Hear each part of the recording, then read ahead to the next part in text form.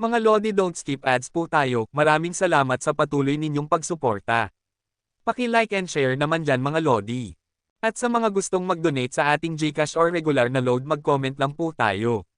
Para patuloy tayong makapag-upload ng mga bagong kabanata. Marami pong salamat. Subaybayan natin ang kwento ng isang kabataang nangarap para sa kanyang mga mahal sa buhay. Mula sa pinakamahina tungo sa pinakamalakas. Alamin natin ang kwento ng kanyang buhay. Kabanata 2231 hanggang Kabanata 2240. Kabanata 2231. Kinuha ninyo ang bagay. Hindi ba dapat umalis na kayo ngayon? Tigilan ninyo ang panggugulo sa pahingahang lugar ng Undying Bird. Ang matandang babae ay hindi mukhang masaya. Kumaway siya ng kanyang kamay. Sa iyo na ito, sabi ni Bai Wei kay Hansen habang binibitawan niya ang bagay. Paano ko naman gagawin ito? Mukhang napakasala ni Hansen, ngunit sa loob-loob, siya ay kasing saya ng isang bulaklak na malapit ng mamukadkad. Ito ay isang bagay na kasing ganda ng isang banal na bagay. Maaaring hindi ko alam kung ano ang ginagawa nito, ngunit ito ay dapat na isang magandang bagay. Inirapan ni Bai Wei. Pansamantala ko lang kayong hinihinga na hawakan ito. Huwag masyadong mag-isip ng malalim. Nagkibit balikat si Hansen. Walang sinabi, kumuha na lamang siya ng Undying Bird Nest. Ang Undying Bird Nest ay parang isang banal na bagay, ngunit kung wala ang pagsang-ayon nito, kahit na ang isang banal na piling ay hindi makakapaggamit nito. Nagulat si Hansen na nakuha niya ang kagustuhan at pagsang-ayon ng Undying Bird. Ngayon na siya ay naaprubahan na upang magamit ang Undying Bird Nest, ito ay walang silbi na para sa iba. Kahit si Bai Wei ay hindi ito makukuha. Hindi ninyo ako masisisi sa pagnanakaw nito. Kayo ang hindi natapos ang daan ng buhay at kamatayan, naisip ni Hansen sa kanyang sarili. Ang matandang babae ay hindi mukhang masaya sa katotohanang kinuha nila ang Undying Bird Nest, at ngayon ay gusto na niyang mawala na sila. Hawak ni Hansen ang pugad ng ibon, at habang hawak niya ito, umalis siya sa Extreme Dead. Bumalik siya sa daan na kanyang pinanggalingan, at habang ginagawa niya ito, siya ay dumating sa baybayin. Maraming lava bugs ang nakakalat sa lava sea. Para silang maliliit na nasusunog na lava fairies. Ang init nila ay mas mainit kaysa sa lava, at nagpapahinga lamang sila. Kung sabay-sabay nilang ilalabas ang kanilang init kahit na ang baluti ng isang doke ay matutunaw. Sinubukan ni Hansen na lumipad, ngunit napagtanto niyang hindi pa rin niya kaya. Kailangan nilang tahakin ang lava sea. Biglang ngumiti si Bai Wei kay Hansen, na talagang nagbigay sa kanya ng sorpresa. Ang pagkikita ng isang mayabang na tao na ngumingiti sa isang tao ay nagdudulot ng kakaibang pakiramdam sa saksi ng isang karaniwang ngiti. Kumuha si Bai Wei ng isang dahon. Naglagay siya ng godlight dito at pagkatapos ay itinapon ang dahon sa lava sea. Ang dahon ay lumawak sa hangin. Mukhang isang maliit na barko sa lava sea nang bumaba ito. Kulay berde ito na parang jade. Ang dahon ay lumulutang sa ibabaw ng lava sea. Ang mga lava bugs, gayunpaman, ay nagsimulang umiwas dito sa lava. Hindi sila nang ahas na lumapit sa dahon. Sumakay si Bai Wei sa dahon, lumingon, at tumingin kay Hansen. Kung kayo ay gustong maging aking mga kabalyero, handa akong dalhin kayo palayo rito ng ligtas. Salamat, ngunit hindi na kailangan. Ngumiti si Hansen. Ang babae ay lasing sa kanyang sariling kapalaluan. Hindi niya inabala ang sarili na alamin kung sino talaga si Hansen, at ang tanging banta sa harap nila ay ilang lava bugs. Hindi siya pipigilan. Nakita ni Bai Wei sina Hansen at ang kanyang mga kaibigan na nagkukumpulan, pagkatapos ay tinawag ni Han Menger ang isang asul na kalasag. Iningatan nito silang lahat habang naglakad sila sa dagat ng lava. Kumunat ang noo ni Bai Wei at pinayuhan si Hansen, kapag nagulat ang mga lava bugs, sisubog sila. Ang init na kanilang gagawin ay maaaring matuno ang isang pananggalang na gamit na klase ng duke. Kahit ang baluti na klase ng hari ay maaaring masira sa init. Huwag mong sabihin na hindi kita binalaan. Salamat sa payo, sagot ni Hansen, ngunit hindi siya tumigil sa paglalakad sa dagat. Naglalakad sila sa lava sea kasama ang Demon Bog King Baisema para sa proteksyon ng biglang maraming lava bugs ang lumapit. Ang kanilang mga katawan ay parang nasusunog na bakal, at sinugod nila ang ibabaw ng Baisema. Sumabog sila na may nakakapasong init. Ang init ay kayang matuno ang anumang uri ng bakal, ngunit ang Baisema ay hindi natunaw. Mukhang nagulat si Bai Wei nang makita ito. Ang ekspresyon ng kanyang mukha ay komplikado. Ginagamit ni Bai Wei ang kanyang sasakyang dahon. Pinanood niya ang iba na tumawid sa lava sea. Nagulat siya sa antas ng depensa ng Demon Bog King Baisema. Hindi niya mapigil ang titigan ito. Ilan kaya ang mga trick ng lalaking ito? Kakaiba siyang tumingin kay Hansen.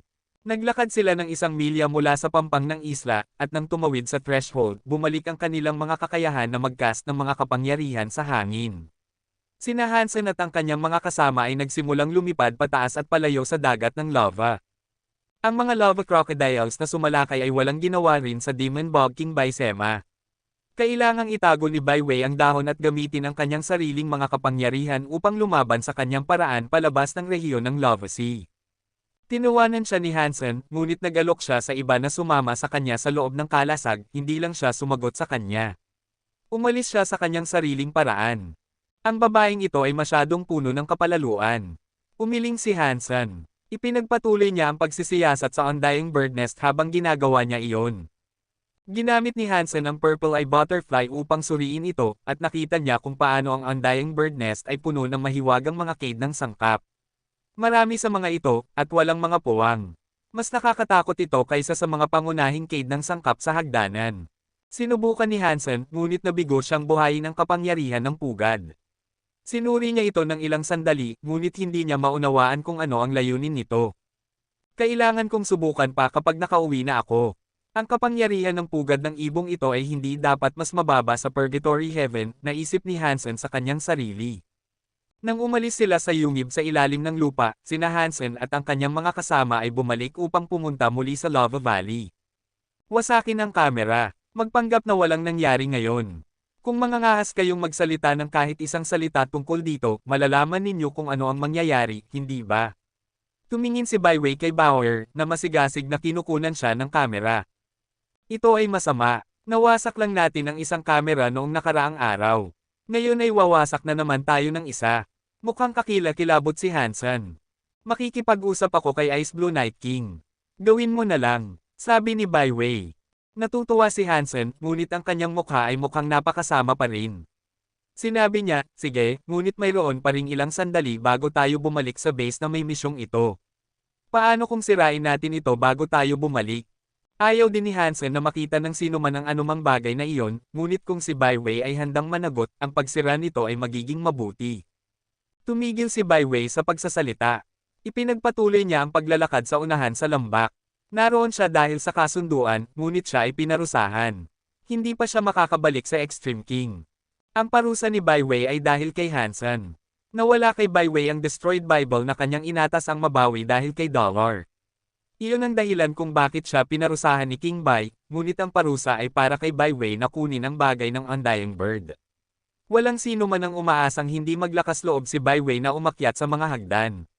Si Hansen ang nakakuha ng pagsang-ayon ng Undying Bird. Ipinagpatuloy ni na Hansen at ng iba pa ang kanilang paghahanap sa Lava Valley.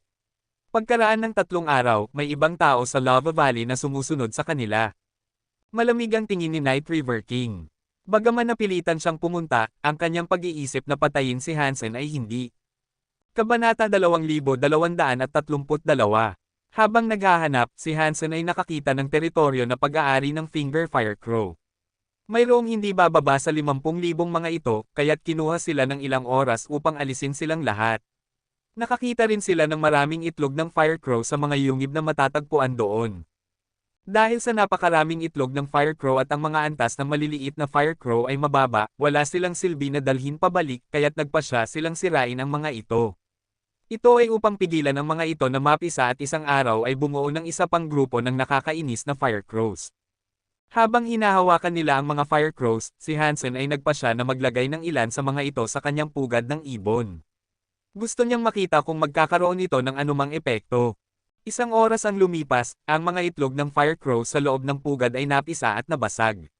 Nagresulta ito sa pagkakaroon ng ilang Fire Crow sa pugad. Mon. Ang kapangyarihan ng pugad ng ibong ito ay upang mapisa ang mga itlog. Nagbago ang mukha ni Hansen.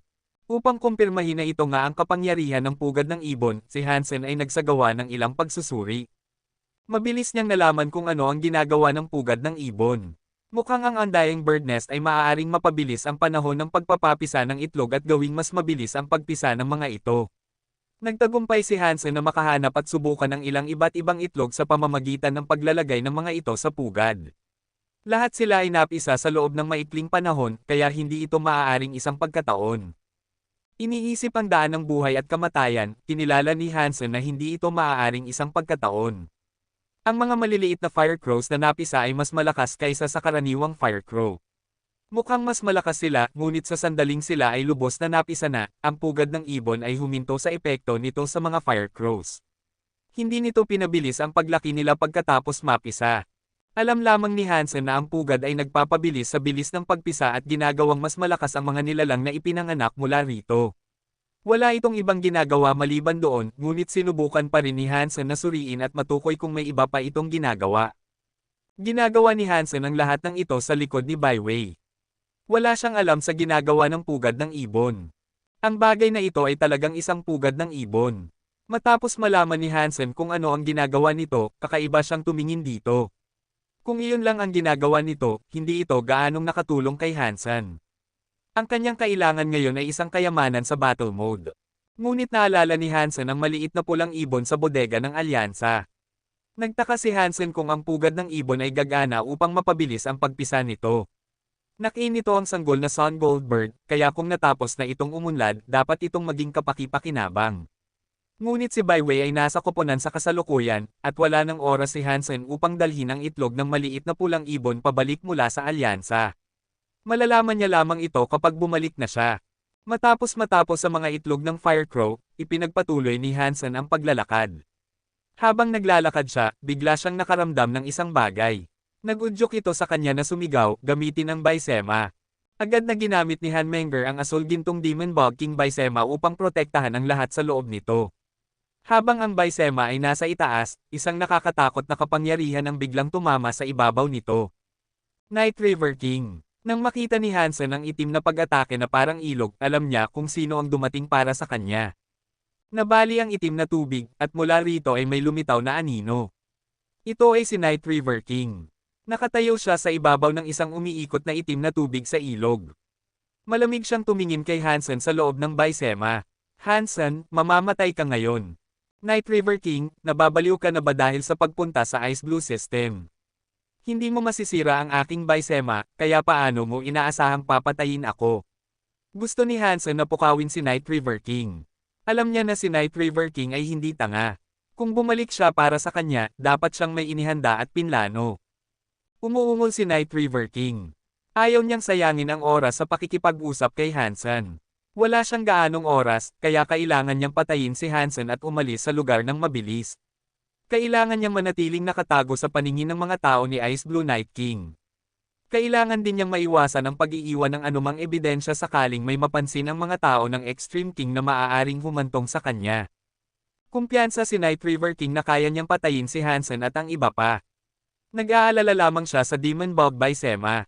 Kung wala iyon, madali niyang mapapatay ang mga Marquises na nasa loob nito. Gaano man kalakas ang Marquis, hindi nila kailanman maaasahan na matalo ang isang hari. Kahit 10 lone bamboos ay hindi sapat. Ang pagkakaiba ng kapangyarihan ay masyadong malaki. Nabigo ang pag-ambush, ngunit hindi iyon nag-atubili kay Night River King. Inilabas niya ang maliit na metal na figure na ibinigay sa kanya ni Edward. Ito ang kanyang trump card at kung saan niya inilagay ang kanyang pananampalataya. Ito ang inaasahan niyang gagamitin upang sirain ang Demon Bog King Baisema. Ang maliit na rebulto ay isang talampakan ang taas, at ito ay ginto. Para itong maliit na mandirigma na nakasuot ng gintong baluti. Ancient Warrior Statue. Nakita ni Baiwei na hawak ni Night River King ang rebulto, at nang gawin niya iyon, nagbago ang kanyang mukha. Ano iyon? Tumingin si Hansen kay Baiwei.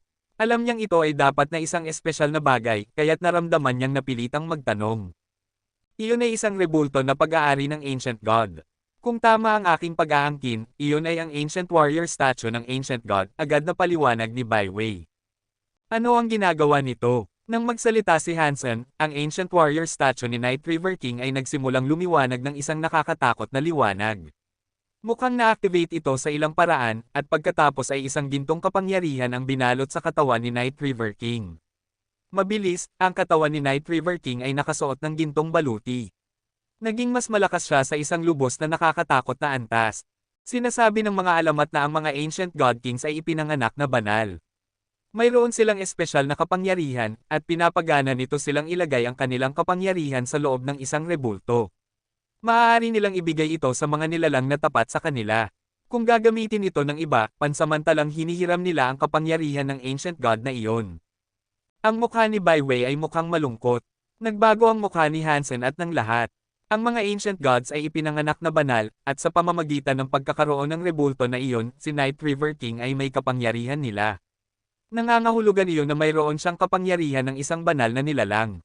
Mamatay ka, Hansen. Ang katawan ni Night River King ay nabalot ng sariling gintong baluti ng ancient warrior statue. Siya mismo ay mukhang isang gintong mandirigma. Pakiramdam niya ay parang mayroon siyang kapangyarihan na mapunit ang mga kalangitan. Pakiramdam niya ay parang isang suntok lang ang sapat na upang gumuho ang buong universo. Ang ganitong kapangyarihan ay nagbigay kay Night River King ng lahat ng kanyang kumpiyansa, ngunit kahit na gayon, ayaw niyang mag-aksaya ng oras. Tinipon niya ang kapangyarihan sa kanyang Moonwheel Blade at humiwa patungo sa asul-gintong Demon Bog King Baisema. Ito ay isang kakaibang kapangyarihan sa kapangyarihang ginamit ng karaniwang Night River King. Gamit ang pagtaas ng kapangyarihan na ibinigay sa kanya ng Ancient Warrior Armor, ang kanyang mga kapangyarihan sa itim na tubig ay naging ginto rin. Ang kapangyarihan ng Diyos na River Night Beast ay parang isang higanteng gintong gulong. Pumunta ito sa asul-gintong Demon Bog King Baisema. Ang gintong gulong na iyon ay umiikot na parang kayang sirain ang espasyo at puksain ang dimensyon. Ngunit wala ng pagkakataon si Hansen na umiwas. Ang paparating na kapangyarihan ay malakas, at higit na lumampas sa kapangyarihan ng isang karaniwang mamamayan na klase ng hari. Kahit na ang isang kalahating banal ay hindi ito kayang labanan. Nako, ang mukha ni Baiwei ay naging kulay abo bago ang nakakatakot na kapangyarihan na hindi nila inaasahang makatakas. Ang gintong gulong, na kayang sirain ang espasyo, ay malapit nang tumama sa Baisema, at nang tumama ito sa asul na kalasag, nabasag nga nito ang Baisema. Hindi rin ito humihina, at habang nagpapatuloy ito, hahatiin nito ang buong Baisema sa dalawa. Kabanata 2233. Mamatay ka, mapangwasak ang tingin ni Night River King. Sumusunog ang kanyang galit kay Hansen, at wala siyang ibang gusto kundi durugan si Hansen hanggang sa maging alikabok. Ang kapangyarihan ng Ancient God statue ay hindi walang hanggan. Ang rebulto na ibinigay sa kanya ni Edward ay nagbibigay lamang ng kapangyarihan upang mapaganya ang isang malaking pag-atake. Pagkatapos ng isang pag-atake, ang Ancient God statue ay mawawala, ngunit isang pag-atake ay sapat na para kay Night River King. Kailangan niya lamang gamitin ang hindi kapani-paniwalang kapangyarihan ng rebulto upang sirain ang Baisema. Kahit na hindi siya mapatay nito, naisip ni Night River King na kaya niyang sirain silang lahat sa loob ng maikling panahon sa pamamagitan ng kanyang sariling kapangyarihan kapag hindi na sila protektado ng Baisema. Ang kanyang kapangyarihan ay halos katulad ng kapangyarihan ng isang ganap na banal. Hindi nito binigyan si Hansen ng pagkakataong umiwas dito. Pinanood niya ang asul-gintong Demon Bog King Baisema na napuputol na parang toyo ng gintong gulong. Mukhang nasasabik si Night River King habang nangyayari iyon. Ipinagpatuloy niya ang paghiwa gamit ang kanyang Moonwheel Blade. Habang nangyayari ito, isang dilaw at berdeng liwanag ang lumitaw. Pinagsama nito ang asul na Baisema upang gawing tatlong kulay na Baisema, at ang mga kulay na iyon ay tumulak laban sa bagyo ng ginto. Katsa! Ang kapangyarihan ng gintong gulong, na katulad ng lakas ng isang banal, ay lumaban sa tatlong kulay na Baisema. Ang gintong alikabok at ang tatlong kulay ay kumalat sa lahat ng dako na parang isang masiglang paputok. Ang gintong gulong ay pumutol sa tatlong kulay na Baisema, ngunit sa mas mabagal na bilis. Para bang ang isang gilingang gulong ay natigil sa loob ng mga bato na gawa sa bakal. Ang bilis ng pagputol nito ay mas mabagal. Mamatay ka! Nadama ni Night River King ang kapangyarihan ng tatlong kulay na Baisema, at ang presensya nito ay nagbigay sa kanya ng takot. Ginamit niya ang kanyang sariling kapangyarihan upang sumugod pasulong na nagnanais na maputol niya ang Baisema at patayin silang lahat sa loob nito. Ang higanteng gintong gulong ay patuloy na bumabagsak habang umuungal si Night River King. Dahan-dahan nitong pinuputol ang tatlong kulay na Baisema. Ang ilan sa panlabas nito ay napunit dahil ang nakakatakot na gintong gulong ay hindi huminto sa pagputol nito sa Baisema. Pinutol nito ang espasyo sa loob ng Baisema. Sina Hansen at ang iba pa ay nasa likuran ng Baisema, ang kanilang mga likod ay nakasandal sa dingding nito, ngunit ang gintong gulong ay kaya pa ring pumutol. Pinutol nito ang tatlong kulay na Baisema at pinutol ang tela ng espasyo upang maabot sila, patuloy na sumusulong patungo kay Hansen. Dahil sa napakataas na depensa ng tatlong kulay na Baisema, pinabagal nga nito ang gintong gulong. Ginamit din ni Hansen at Baiwei ang lahat ng uri ng kapangyarihan laban sa gintong gulong na umaasa na makakagawa sila ng isang bagay upang matulungan ang Baisema na itaboy ang pag-atake, ngunit bago ang banal na kapangyarihan, kahit si Hanmenger, na may napakamapanirang personalidad, ay makakapagdulot lamang ng pinsala na katumbas ng kilati sa gulong. Sa kanilang pagsalungat sa gulong, ang mga kapangyarihan ni Hansen at ng kanyang mga kasama ay parang mga langgam na lumalaban sa isang elepante. Napakaliit nila, ngunit ngayon ay hindi maitatabi ni Hansen ang tatlong kulay na Baisema upang gumawa ng ibang bagay. Ang tatlong kulay na Baisema ay pumipigil sa gintong gulong. Kung mawawala ang tatlong kulay na Baisema, ang bilis at epekto ng banal na kapangyarihan ay hindi magbibigay kay Hansen ng espasyo upang makatakas. Marahil ay wala man lang siyang pagkakataong mag-teleport palayo. Papatayin siya. Nang makita ang gintong gulong na gumigiling sa kanila, alam ni Hansen na wala silang paraan palabas. Pinutol ng gintong gulong ang tatlong kulay na Baisema, at ipinagpatuloy nito ang pagsulong. Hansen, tapusin na natin ang alitan na ito rito. Umuungal si Night River King. Ang Moonwheel Blade ay bumabagsak na parang baliw. Ngayon, si Night River King ay parang isang Diyos na hindi mapipigilan. Ka-cha-cha! Ang tatlong kulay na Baisema ay gumawa ng ingay na parang blender. Parang gumigiling ito ng mga bato, at ang ingay ay lalong lumalakas. Sina Hansen at ang kanyang mga kasama ay nakasandaw sa dingding ng Baisema, at patuloy nilang sinubukang atakihin ang gintong gulong. Ang gintong gulong ay nasa harap nila, giniling ang espasyo sa harap nila. Maraming mga bitek sa espasyo ang halos umabot na sa katawan ni Hansen. Mukhang nawalan na ng pag-asa si Baiwei. Mukhang siya ay lubos na nagulat. Gaano man siya kapalaluan, sa huli ay isang teenager lamang siya. Ang pagharap sa kamatayan at ang kawalan ng kakayahang pigilan ito ay nagparamdam sa kanya na hindi niya makontrol ang kanyang emosyon. Gulo ang kanyang ulo. Patuloy na iniisip ni Hansen kung paano niya haharapin ang sitwasyon. Ang banal na kapangyarihan ay masyadong malakas, at ang kanyang kinakaharap ngayon ay nasa labas na ng kanyang kakayahang pigilan ito. Kat-kat, cha-cha. Habang nangyayari ito, ang gintong gulong ay bumagal. Napakabagal na nito ngayon, at ang gintong kulay ay nagsimulang mawala. Mukhang namamatay na ito. Ang epekto ng gintong gulong laban sa tatlong kulay na Demon Bog King Baisema ay hamina. Para na itong sirang pamutol. Patuloy itong humihinto, hindi na kayang magpatuloy sa isang matatag na galaw. Paano, posible? Nanigas si Night River King. Hindi siya makapaniwala sa kanyang nakikita. Ang tatlong kulay na Baisema ay malapit ng maputol, at kung mangyari iyon, si Hansen ay walang mapagtatagwan. Nang makita niyang ang lahat ng ito ay malapit ng matapos, ang liwanag ng Ancient Warrior ni Night River King ay nagsimulang kumislap din.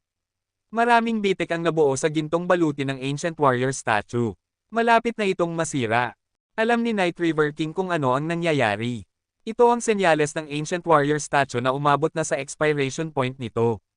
Hindi siya makapaniwala na ang tatlong kulay na kalasag ay makakayanan ng malupit na puwersa ng isang banal na pag-atake. Si Baiwei ay ganoon din kagulat. Napahanga na siya sa Demon Bog King Baisema, ngunit ngayon ay nagtagumpay itong harangan ang pag-atake ng isang Ancient Warrior statue. Namangha siya sa performance nito. Masaya rin sina Hansen at Hanyan. Ang isang Demon Bog King Baisema ay isang kalahating banal na kayamanan. Hindi naniniwala si Hansen na ang pinagsamang pagsisikap ng tatlong kulay na Baisema ay makakapigil sa isang banal na pag-atake, ngunit nakikita ang katotohanan ng bagay ngayon, talagang naharang nito ang pag-atake, kahit na ito ay nasaktan ng malaki. Pang! Ang liwanag ng Ancient Warrior statue ni Night River King ay namatay. Ang gintong liwanag ay nabasag na parang alikabok. Nawala na rin ang gintong gulong. May natira lamang na kapangyarihan ng itim na tubig. Nawala na ang tatlong kulay na Demon Bog King Baisema, at ang mga kaluluwa ng hayop ay nasira. Magtatagal bago sila gumaling. Ang tatlong kulay na Baisema ay hindi pa rin sapat na malakas upang hamanin ang isang banal na kapangyarihan.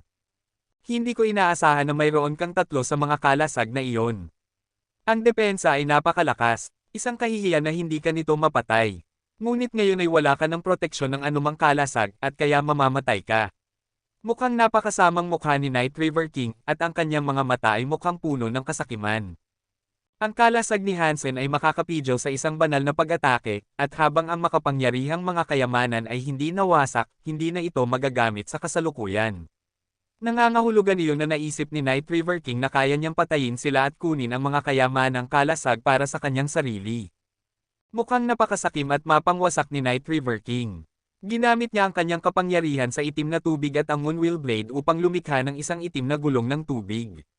Walang Ancient Warrior statue upang palakasin ang pag-atake, ngunit ito ay isang kapangyarihan pa rin ng hari.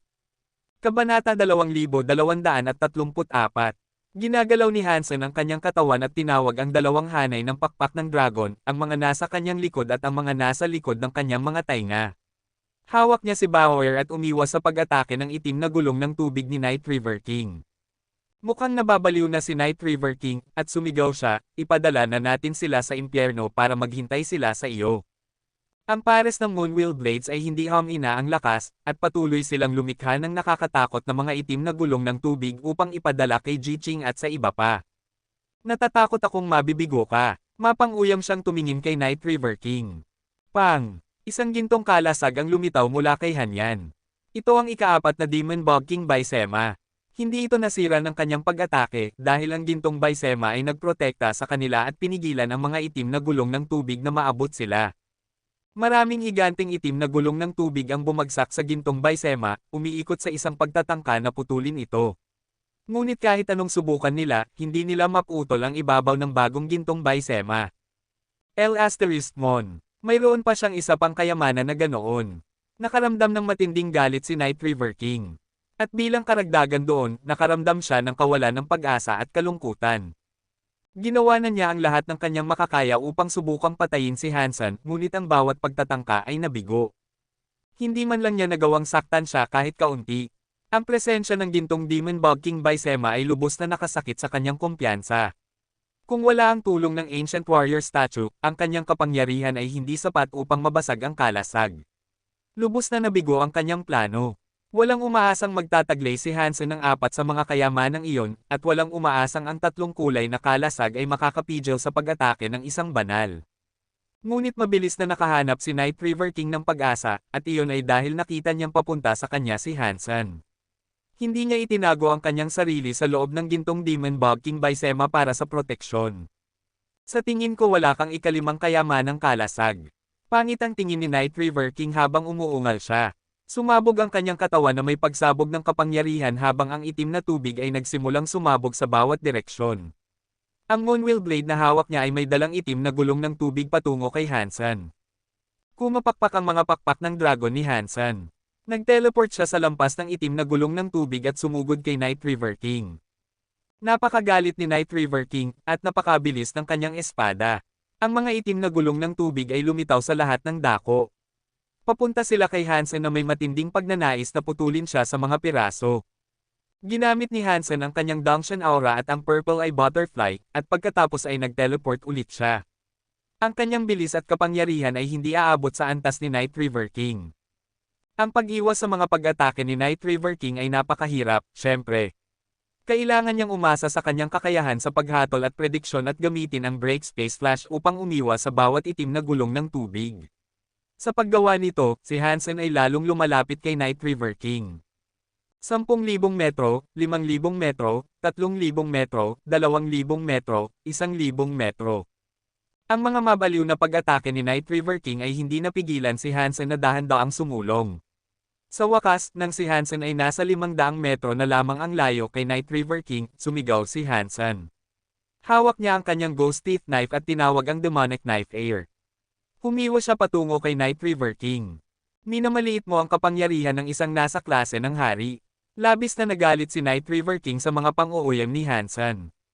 Ang Moonwheel Blade ay humiwa patungo kay Hansen na may itim na gulong ng tubig na umiikot na parang baliw sa dulo nito. Mukhang puputulan nito ang mundo at si Hansen. Hindi naisip ni Night River King na si Hansen ay isang pantay na kalaban. Kung wala ang mga kakilakilabot na kalasag niya, si Hansen ay isang murang langgam lamang sa harap niya. Ngayon na ang langgam ay naghahangad na hamanin siya, nagalit ito kay Night River King, ngunit nagbigay din ito sa kanya ng pag-asa. Hindi niya maitago ang katotohanang dumating siya upang patayin si Hansen. Kahit na mapatay niya si Hansen, ang kanyang mga kasamahan ay magkakalat ng balita na nabasag niya ang kalasag at lahat, ngunit kung papatayin niya si Hansen at makuha ang bagay na gusto ni Edward. Maaaring pag-usapan ni Night River King ang pakikipagkasundo kay Edward at Ice Blue Night King. Handa si Edward na isakripisyo ang isang ancient god statue para sa bagay na nais niyang makuha, kaya ang bagay ay dapat na sapat na mabuti upang mapanatili siyang buhay. Habang ang knife air ni Hansen ay babagsak sa itim na gulong ng tubig, itinabi ni Hansen ang knife air at nag-teleport. Sa pagkakataong ito, nag-teleport si Hansen sa likuran ni Night River King sa layo ng mga 10 metro. Pag nanais na mamatay, alam na alam ni Night River King kung saan lumitaw si Hansen, at sa sandaling lumitaw si Hansen, humiwas siya pabalik sa kanya. Masyadong malapit, naisip ni Night River King. Hindi siya naniniwala na makakapag-teleport si Hansen ngayon. Nang humiwas siya, gumalaw si Night River King at nakita si Hansen na naroon mismo. Kakatapos lang niyang mag-teleport, kaya huli na para umiwas sa paghiwa. Mamatay ka, umuungal si Night River King na parang baliw. Bauer! Hindi gumalaw si Hansen. Ang kanyang pulang katawan ay lumulutang sa hangin at hindi niya iniwasan si Night River King. Tinawag lamang niya ang pangalan ni Bauer. Nakaupo si Bauer sa balikat ni Hansen at mahigpit niyang hinahawakan ang isang puting jade drum. Ang kanyang maliit na kamay ay tumama sa drum. Kinilala ni Night River King na ang jade drum ay mula sa planet Jade Drum at nagbago ang kanyang mukha. Ginamit na niya ang lahat ng kanyang kapangyarihan sa mga pag-atake, at wala siyang sapat na reserba upang itaboy ang sonic power ng Jade Drum. Ngunit hindi naisip ni Night River King na ang isang Jade Drum ay makakagawa ng kahit ano dahil ito ay klase lamang ng duke. Mahirap para sa isa na maging klase ng hari. Gamit ang isang katawan na klase ng hari, dapat niyang kayang tiisin ang sonic force ng Jade Drum at pagkatapos ay patayin si Hansen. Okay lang na hayaan ang kanyang sarili na matamaan ng sonic power. Habang nag-iisip si Night River King, nakita niya ang kamay ni Bauer na bumagsak sa Jade Drum, ngunit ang Jade Drum ay naiiba sa mga naalala niya. Mayroong isang pulang alakdan na nakalimbag dito. Bago pa muling makapag-isip si Night River King, isang malakas na ingay ng drum ang narinig sa kanyang ulo. Dong! Pakiramdam ni Night River King na parang ang kanyang ulo ay tinusok ng isang bakal na pamalo mula sa kanyang ulo hanggang sa kanyang buong katawan. Pakiramdam niya ay parang ang kanyang ulo ay walang laman, at hindi siya makakapag-isip ng malinaw matapos marinig ang ingay. Itinaas niya ang kanyang mga kamay upang hawakan ang kanyang ulo habang sumisigaw siya. Habang si Night River King ay nasira, ang itim na gulong ng tubig na malapit nang tumama kay Hansen ay nawala. Sa malapit na sakop na iyon, ang isang piling na klase ng hari ay hindi maaaring umaasa na harangan ang kapangyarihan ng isang Blood Scorpion Jade Drum, lalo na kung walang pagtatanggol. Alam ito ni Hansen dahil sinubukan na niya ito habang nasa planet Jade Drum siya. Night River King, ang ating alitan ay dapat talagang matapos na rito. Ang Ghost Teeth Knife ni Hansen ay may dalang nakakatakot na knife air. Humiwa ito kay Night River King na sumisigaw habang hawak niya ang kanyang ulo. Gusto ni Night River King na patayin si Hansen, at gusto ni Hansen na patayin si Night River King. Isang nakakatakot na knife air ang tumama sa lalamunan ni Night River King. Ang kapangyarihan ay makakabasag ng bundok, ngunit sa leeg ni Night River King, nagdulot lamang ito ng isang magaan na marka ng kutsilyo. May dugo na nabunot ng talam, ngunit ang isang kumpletong paghiwa sa lalamunan ay hindi nagawa.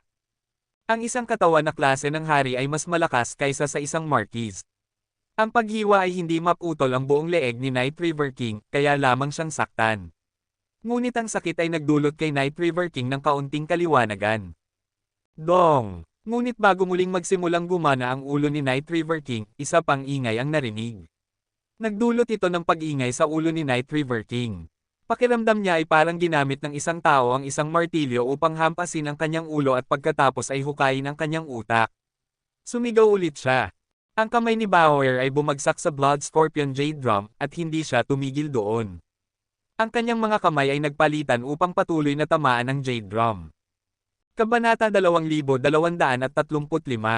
Hindi dapat nanatili si Night River King na napakalapit kay Hansen.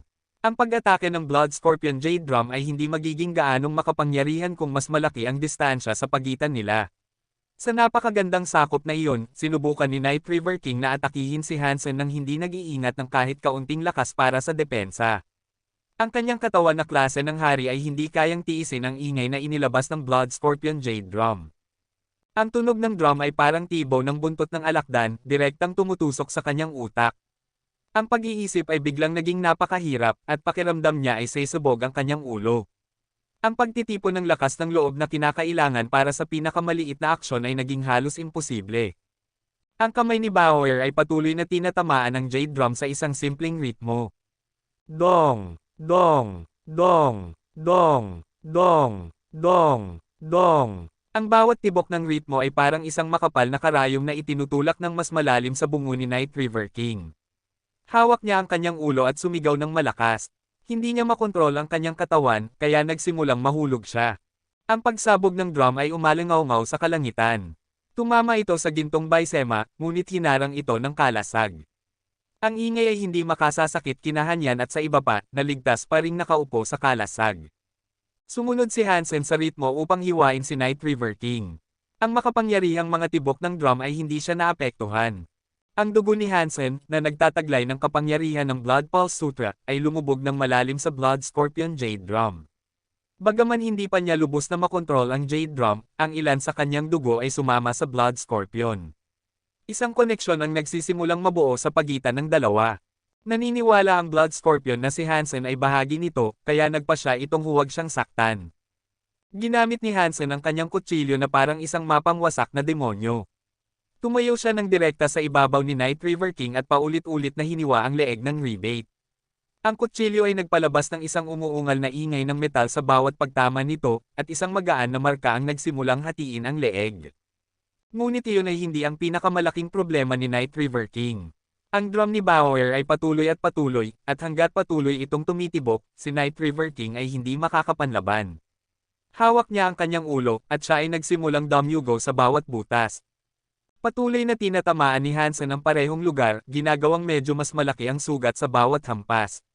Ang kulay lilang knife air ay mas nakakatakot kaysa dati.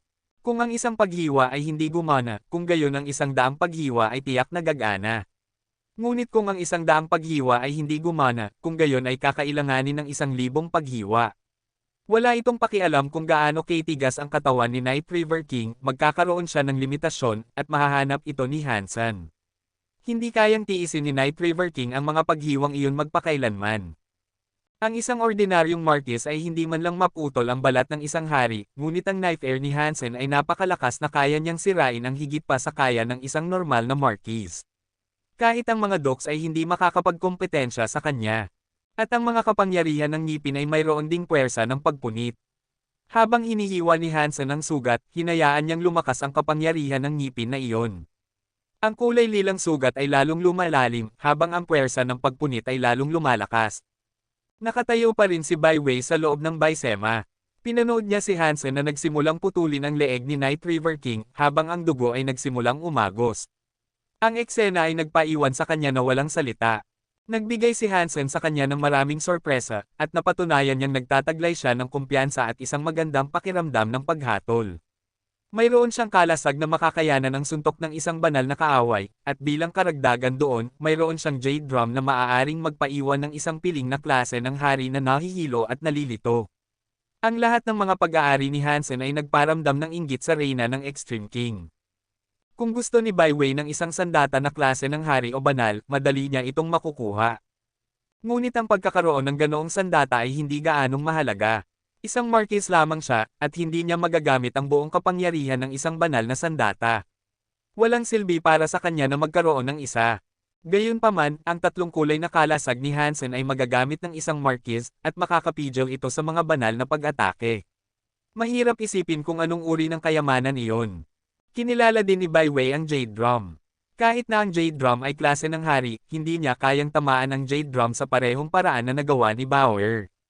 Hindi niya kailanman maibibigay ang ganoong epekto laban sa isang kalaban na klase ng hari. Mas nakakatakot pa, ang taong gumagamit ng Jade Drum upang magpalabas ng ganoong mapaminsalang mga pag-atake ay isang bata lamang. Mukhang isang 5 taong gulang na bata. Patuloy na humiwa si Hansen, at sa huli, ang leeg ni Night River King ay naputol. Ang dugo ay malayang umagos, at maging ang buto ay minarkahan ng kanyang mga hampas. Patuloy na hiniwa ni Hansen ito. Ang kapangyarihan ng ngipin ay lumulubog sa buto, pinupunit ito. Ang mga marka ay tumatakip na sa buto ngayon. Katsa! Humiwa ulit si Hansen, at ang kanyang ghost teeth knife ay pumutol sa buto. Ang ulo ni Night River King ay nakalawit. Si Night River King ay nahihilo dahil sa drum, at hindi siya makapanlaban. Ang dugo ay umaagos mula sa kanyang mga mata, ilong, at bibig. Kumaway si Hansen kay Bauer na tumigil sa pagtama sa Blood Scorpion Jade Drum. Tiningnan niya ang halos patay na si Night River King. Sino ang nagpadala sa iyo upang patayin ako? Hindi naniniwala si Hansen na si Night River King ay may kakayahang pumunta sa Planet Ice Blue at subukang pagpatayin siya ng mag-isa. Kung pag-aari ni Night River King ang Ancient God statuette, hindi niya ito iingatan para sa araw na iyon. Matagal na gustong patayin ni Night River King si Hansen bago pa sila umalis kasama ang Extreme King. Alam na ni Hansen ang sagot, ngunit gusto pa rin niyang kumpirmahin ito. Ang leeg ni Night River King ay nasa proseso ng pagkasira, at ang mga kapangyarihan ng ngipin ay lalong pumupunit sa sugat. Habang lumalalim ang kanyang mga malulubhang sugat, nahigi siya sa lupa, ganap na hindi gumagalaw. Ang kanyang mukha ay dumudugo, at ang kanyang mga mata ay nagsisimulang pumikit. Huwag, patayin, ako. Ang mga mata ni Night River King ay pumuti habang bumubulong siya. May dugo siyang tumutulo mula sa kanyang bibig, kaya ang kanyang mga salita ay hindi malinaw. Sino ang nagpadala sa iyo upang patayin ako? Inulit ni Hansen ang kanyang tanong. Inspector, huwag mo akong patayin. Ang mga salita ni Night River King ay sapat na ang linaw upang alisin ang lahat ng pag-aalinlangan. Nang marinig ang sinabi ng lalaki, humiwa lamang si Hansen. Pinutol niya ang leeg ni Night River King na kinakain pa rin ng kanyang kapangyarihan ng ngipin. Ang ulo ni Night River King ay gamulong palayo. Isang piling na klase ng hari ang napatay. Kailangan ni Hansen na malaman kung sino ang nasa likod ng lahat ng ito, ngunit walang mabuting mangyayari kung pananatilihin si Night River King na buhay. Ang kanyang salita lamang ay hindi sapat na malakas upang mapabagsak si Edward. Si Edward ay maaaring magkaroon ng higit na pagkakataon na baluktot ang katotohanan kung si Night River King ay naiwan na buhay. Ang pagliligtas kay Night River King ay posible. Matapos patayin si Night River King, nilooban ni Hansen ang bangkay. Mayroong 2 Moonwheel Blades na klase ng hari na kukunin, at isang bangkos ng ibang mga bagay din. Ngunit ang mga ito ay hindi mga kaluluwa ng hayop na maaaring makapasok sa kanyang Sea of Soul, kailangan ni Hansen na buhatin ang mga ito ng pisikal. Marami na siyang dala ng kanyang sariling mga gamit, kaya may limitasyon sa kung gaano karami ang kaya niyang dalhin. Ang 2 Moonwheel Blades ay dapat na napakainit. Dapat niyang mapagpalit ang mga ito at ang ilan sa ibang mga bagay para sa mga Xenogeneic genes na klase ng hari. Matapos patayin si Night River King, hindi na nakapaghanap si Hansen. Kaya, sinira niya ang kamera at dinala ang katawan ni Night River King pabalik sa base. Sinisi ni Hansen si Night River King sa pagsira ng kamera, at ang dahilang iyon ay nagtagumpay na mailigtas siya sa maraming problema. Naggalit si Ice Blue Night King sa pagbabalik ni Hansen. Hindi dahil sinubukan ni Night River King na patayin si Hansen, bagaman, nagalit siya dahil si Baiwei ay halos mapatay. Kabanata 2236. Gusto ng Ice Blue Night King na alamin kung ano ang nangyari. Alam niya na may isang tao sa loob ng Ice Blue Knights ang tumulong kay Night River King, kung hindi, ang rebate ay hindi sana makapasok sa Planet Ice Blue. Ngunit walang ebidensya upang masisi ang sinuman, at kay Edward, wala pang magagawa sa sandaling ito. Sina Hansen at ang kanyang koponan ay inilagay sa tawag sa base. Hindi na sila gagawa ng anumang paglilinis sa kalikasan sa loob ng ilang panahon. Ang tanga ni Night River King. Gumamit siya ng Ancient Warrior statue, at hindi pa rin niya mapatay ang ilang Marquises. Sabi ng isang Ice Blue Knight na mukhang may sakit. Si Night River King ay hindi masyadong matalino, ngunit hindi rin siya tanga. Dapat mayroong magandang dahilan kung bakit siya lubos na natalo, sabi ni Edward na walang imak. Mukhang si Hansen ay nagdudulot ng mas malaking banta kaysa sa una kong inaakala. Kumunat ang noo ng Ice Blue Knight. Ano ang gagawin natin ngayon? Ang Ice Blue Night King ay nasa mataas na alerto. Mas mahihirapan tayong gumalaw. Kung matagpuan nila ang tablet, kung gayon ang lahat ng ating paggawa ay para sa wala. Umiling si Edward. Huwag kang maging negatibo. Nalaman natin na hindi ibinigay ni Hansen ang bagay kay Ice Blue Night King o kay Mr. White kahit papaano. Kahit na mahanap niya ang tablet, mayroon pa rin tayong pagkakataong kunin ito. Nilalaro ni Hansen ang mga bagay na kinuha niya kay Night River King. Ang pinakamahalagang alahas ay ang 2 Moonwheel Blades. Ang mga ito ay isang magandang pares ng mga sandata para sa isang hari na gamitin. Hindi kailangan ni Hansen ang mga ito dahil mayroon na siyang Ghost Teeth Knife, ngunit hindi siya nagmamadali na ibenta ang mga ito. Kaya, nagpasya siyang ilaan ang mga ito para kay Hanyan. Sina Little Angel, Zero, at Hanmenger ay may kanya-kanyang sandata. Hindi na nila kailangan ng dagdag na pares ng mga kutsilyo. May dala rin si Night River King na isang kalasag na klase ng hari. Nakakalungkot, hindi niya ito nagamit. Iyon lamang ang mga kayamanang klase ng hari na dala ni Night River King. Marahil ay mahirap siya, o marahil ay ayaw lang niyang magdala ng kanyang mga kayamanan sa mga misyong pagpatay.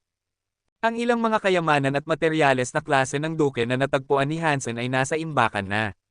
Ititipid ni Hansen ang mga ito para sa kanyang sarili at gagamitin ang mga ito upang punan ang kanyang bilang ng gin ng duke. May isa pang bagay na nakakuha ng atensyon ni Hansen, bagaman, at hindi ito isang kayamanan. Sa mga bagay na ninakaw niya kay Night River King, nakakita siya ng isang kahon na may laki ng isang kamay.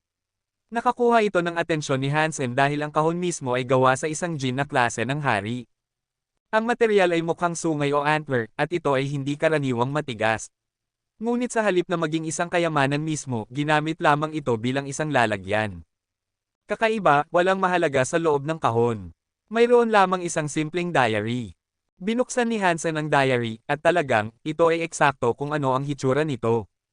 Itinatala ng diary ang lahat ng nangyayari kay Night River King, maging ang mga hindi mahalagang detalye ng kanyang mga araw. Hindi makapaniwala si Hansen na ang isang taong tulad ni Night River King ay magsusulat ng mga entry sa isang diary araw-araw. Hindi gaanong may katuturan para sa lalaki na maglagay ng isang simpleng diary sa loob ng isang napakahalagang kahon. Dahil dito, ipinapalagay ni Hansen na ang diary ay dapat na espesyal sa ilang paraan. Ginamit niya ang kanyang Dangshan Aura at ang Purple Eye Butterfly, ngunit ang resulta ay nakakadismaya. Ito ay talagang isang diary lamang. Pinakita ng Purple Eye kung paano ito nilikha, at ang produksyon ay karaniwan. Wala man lang itong bookmark. Ginawa ito mula sa mga materyales na labis na karaniwan sa Geno Universe. Kahit ang brand na gumawa nito ay kilala. Maraming tao ang gumagamit ng kanilang mga produkto. Kung ang diary ay talagang isang diary lamang, marahil ang mga nilalaman nito ay nagtatago ng isang sikreto. Nahirapan si Hansen na maniwala na si Night River King ay magsusulat ng mga entry sa kanyang diary araw-araw ng walang espesyal na dahilan. Sinuri ni Hansen ang mga nilalaman, ngunit walang kawili-wili. Nagsimula siyang pagdudahan ang kanyang sariling paghatol. Si Night River King ba ay talagang isang sensitibong lalaki? Iyon ba ang dahilan kung bakit siya nagsusulat sa kanyang diary araw-araw? Inilapag ni Hansen ang diary at tumingin sa loob ng kahon.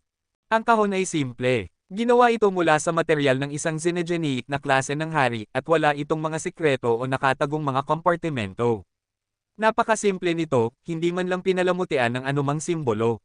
Bayaw, diary ba iyan ang binabasa mo? Iyan ba ang ginagawa mo buong araw? Lumapit si Ji-Ching at ngumiti sa kanya. Ma'am, natagpuan ko ito sa mga pag-aari ni Night River King. Sa tingin ko mayroong mahalagang bagay sa loob, ngunit wala akong mahanap, sabi ni Hansen. Potanjin ako. Marahil ay makakakita ako ng isang bagay, sabi ni Ji-Ching. Iniabot ito ni Hansen. Sinuri ni Ji-Ching ang papel at pagkakatali ng maikli, pagkatapos ay itinoon ang kanyang atensyon sa nilalaman ng mga entry. Maya-maya pa, sinabi niya, kung hindi ako nagkakamali, nagsusulat siya gamit ang code. Anong uri ng code? Naguguluhang tanong ni Hansen. Ang diary ay nakasulat sa karaniwang wika ng Geno Universe. Alam niya ang bawat salita. Tinuro ni Ji-Ching ang isa sa mga entry sa diary. Ito ang karaniwang wika ng Geno Universe, ngunit kapag tiningnan mo ng mabuti, mayroong pattern sa kanyang pagsulat. Ito ay isang uri ng code. Kung mahahanap mo ang mga salita, marahil ay malalaman mo kung ano talaga ang sinasabi niya. Kaya mo bang basagin ang code para sa akin? Tanong ni Hansen. Alam ko lang ang mga pangunahing kaalaman sa cryptography. Kung mayroon akong listahan ng mga code word, marahil ay makakagawa ako ng ilang progreso. Hindi ko ito magagawa kung wala ang listahan. Dapat kang makipag-ugnayan sa pamilya G para humingi ng tulong dito. Mayroon tayong code-breaking team, at sila ay tunay na mga profesional pagdating sa mga ganitong bagay. Matutulungan ka nila. Iniabot ni Ji-Ching ang notebook kay Hansen. Naisip ni Hansen na tama siya.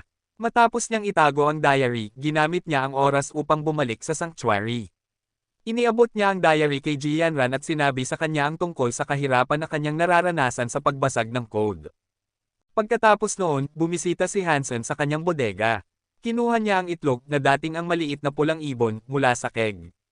Pagkatapos ay inilagay niya ito sa undying bird's nest na umaasa na ito ay mapisa sa lalong madaling panahon.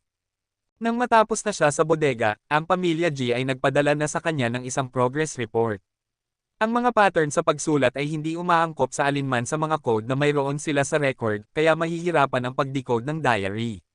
Sa kabutihang palad, sinasaliksik na nila ang wika ng Geno Universe mula nang bumalik si Hansen sa mga sanctuary sa unang pagkakataon.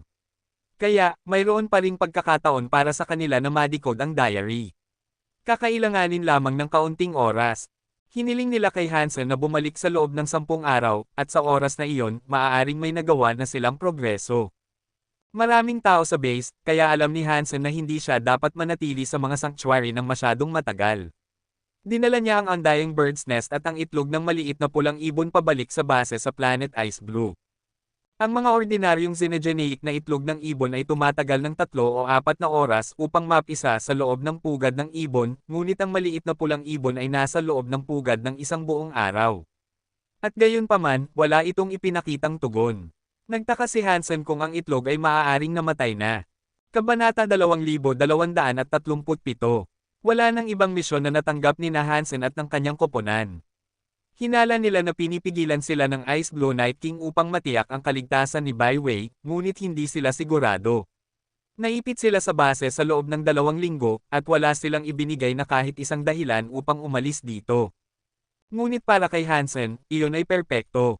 Matapos ang nangyari kay Night River King, sino ang nakakaalam kung may ibang mga mamamatay tao na nagkukubli sa labas ng base na may ancient warrior statues, naghihintay lamang ng kanilang pagkakataon upang patayin siya. Ang 3 kulay na Demon Bog King Baisema ay lubos na nasira. Ang gintong Demon Bog King Baisema ni Hanyan lamang ang magagamit sa kasalukuyan. Kung ang parehong bagay ay mangyari ulit sa kanila, wala na silang matitira upang itaboy ang ganoong kakilakilabot na pag-atake. Ang pananatili sa loob ng silungan ng base sa ilalim ng patuloy na proteksyon ng mga kabalyero ay kasalukuyang pinakamagandang opsyon ni Hansen. Ang mga pag-iisip na ito ay tumagal hanggang sa ibalik sa kanya ng pamilya G ang diary. Ang mga codecracker ng pamilya G ay medyo may kasanayan. Matapos nilang ma-decode ang diary, isinalin nila ang mga mensahe ni Night River King sa maikling panahon. Ang nilalaman ay nagsimula bago dumating si Night River King sa mga sistema ng kaguluhan, at ang mga unang entry ay medyo boring. Iilan lamang ang mga salita sa bawat isa, at may posibilidad na maging mga simpleng tala tungkol sa kanyang araw. Marahil ay sinulat niya lamang ang mga ito sa code dahil sa ugali. Ngunit nang dumating si Night River King sa mga sistema ng kaguluhan, siya ay inatake ng mga xenogeneics habang siya ay nagtatanggol sa Ice Blue System. Doon naging kawili-wili ang diary. Hindi pa gaanong katagal si Night River King doon, ngunit sa panahong iyon, nakakita siya ng isang kakaibang bagay. Sa halip na sabihin sa Ice Blue Knights, palihim siyang nagsimulang mag-imbestiga ng mag-isa. 67 araw bago simulan ni Hansen ang pagbabasa ng diary, si Night River King ay gumugugol ng kanyang pangalawang araw na nakaistasyon sa depensa sa gilid ng Ice Blue System. Isang grupo ng mga xenogeneics ang lumapit sa hangganan ng Ice Blue System at sinalakay ang Ice Blue Knights na nagbabantay. Pagkatapos ay gumawa si Night River King ng notang ito. Nasa dito ito. Lagi na itong nandito. Iyon ay walang gaanong katuturan. Hindi alam ni Hansen kung ano talaga ang ibig sabihin nito, ngunit malinaw nitong ipinapakita na may natagpuan si Night River King. Ipinagpatuloy ni Hansen ang pagtingin sa diary ni Night River King. Napansin niya na sa mga sumunod na araw, ang bawat entry ay maikli. Nandito pa rin ito. Lila. Ang ikapito ay nahawa. Wala akong nakitang abnormal. Ang ika-13 ay nahawa. Walang abnormal. Ang una ay abnormal. Patuloy ang pagmamasid. Ang maikling mga entry ay nagpatuloy sa loob ng isang buong buwan. Mukhang may natuklasan si Night River King, at bagamat ang kanyang mga entry ay maikli at halos walang emosyon, nadama ni Hansen ang pag-aalala na napuno kay Night River King habang siya ay nagsusulat. Ano kaya ang kanyang natagpuan na lubos siyang kinatakutan? Ano ang pinag-uusapan ng kanyang mga tala? Nagtaka si Hansen na may kunot-noo. Wala pa siyang sagot. Nagpatuloy ang diary sa ganoong paraan sa loob ng ilang panahon. Ang mga entry ay humantong sa ilang araw bago dumating si Night River King at sinubukang patayin si Hansen. Sa puntong iyon, ang diary ay may bagong bagay. Hiniling sa akin ni Edward na patayin si Hansen. Mapanganib ito, ngunit sulit na subukan. Kung magtagumpay ako, maaari na akong lumayo dito. Kumunat ulit ang noo ni Hansen. Alam ni Night River King na ang pagtulong kay Edward ay magiging isang mapanganib na pakikipagsapalaran, ngunit mas natatakot siya sa mahiwagang bagay na ito. Sa mga sumunod na araw, ipinagpatuloy ni Night River King ang kanyang mga obserbasyon. Patuloy pa rin niyang tinutukoy ang ito at ang mga bilang na nilalang ng madalas. Ang mga bilang na nilalang na iyon ay sumailalim sa maraming kakaibang pagbabago. Sa araw bago dumating si Night River King upang patayin si Hansen, isinulat niya ang kanyang huling entry. May nakita siyang lubos na nagulat sa kanya. Ang kanyang huling entry ay mas mahaba kaysa sa iba. Ang nakasulat doon ay nagparamdam kay Hansen ng hindi mapakailang pakiramdam ng kawalan ng paniniwala. Diyos ko! Ang ikapito ay naging klase ng hari, ito ay nakaapekto sa numero 7, ano ang kapangyarihang iyon? Mapanganib ba ito? Magagamit ko ba ito? Mukhang napakakaba ni Night River King, at gumamit siya ng maraming tandang pananong. Ano ang nakita ni Night River King? Ano ang mga numerong ito na tinutukoy niya? Kaya nitong itaas ang mga nilalang sa klase ng hari. Kung ito ay nasa loob ng Ice Blue System, at nakita ito ni Night River King ng regular, walang paraan na hindi ito napansin ng lahat ng ibang Ice Blue Knights. Kumunat ang noo ni Hansen habang iniisip niya sa kanyang sarili. Ngunit ang diary ni Night River King ay hindi kailanman naglalarawan kung ano talaga ang ito. Kaya, hindi maayos na mahulaan ni Hansen ang kalikasan nito. Lila, natagpuan ito ni Night River King, ngunit ang Ice Blue Knights na kasama niya ay hindi. Sinabi niyang ito ay nakaapekto sa maraming nilalang, at ang isa sa mga iyon ay naging klase ng hari. Sinuri ni Hansen ang iba't ibang mga lead, ngunit wala namang sapat na matibay upang pagbatayan. Mukhang kailangan kong pumunta kung saan orihinal na nakaistasyon si Night River King. Kung pupunta ako doon, maaaring malaman ko kung ano ang tinutukoy niya, nagpatuloy sa pag-iisip si Hansen.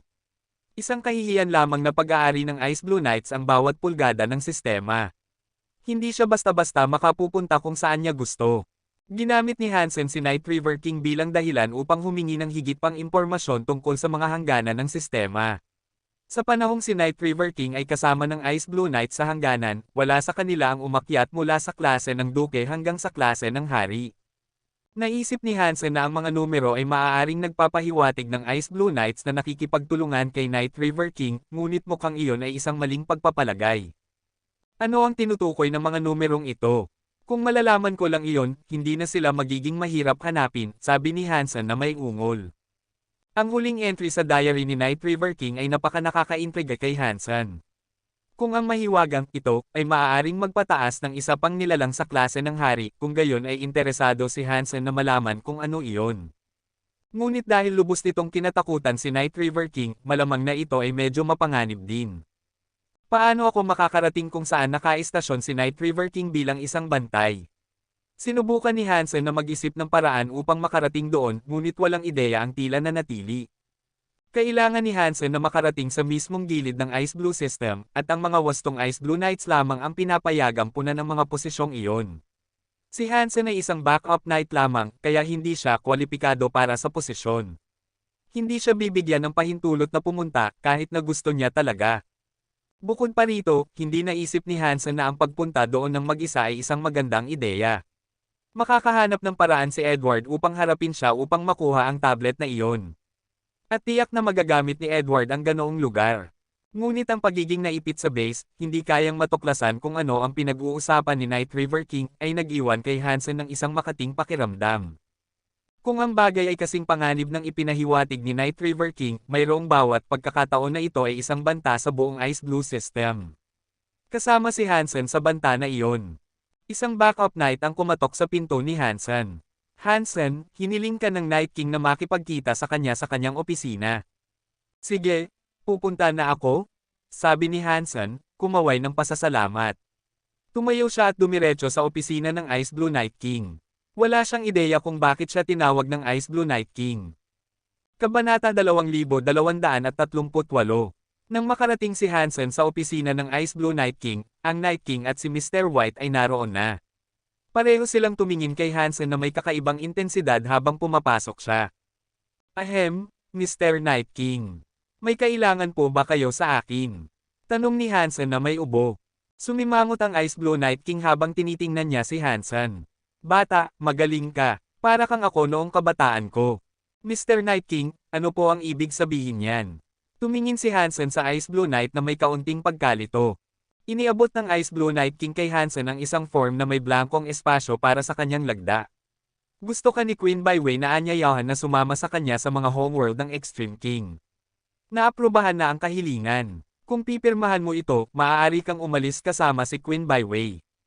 Matapos bigyan si Hansen ng isang mabilis na pag-uusap sa mga kaugnay na detalye ng biyahe, ngumiti ang Ice Blue Knight King at nagsabi, magaling ka.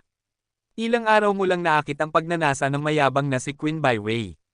Siya ay isang natatanging mahuhusay na babae. Maraming mga maharlika ng Extreme King ang nagnanais na pakasalan siya, ngunit tinanggihan niya ang mga pagsulong ng bawat isa sa kanila. Sigurado akong hindi ko ito inaasahan. Mali po ang inyong pagkakaintindi.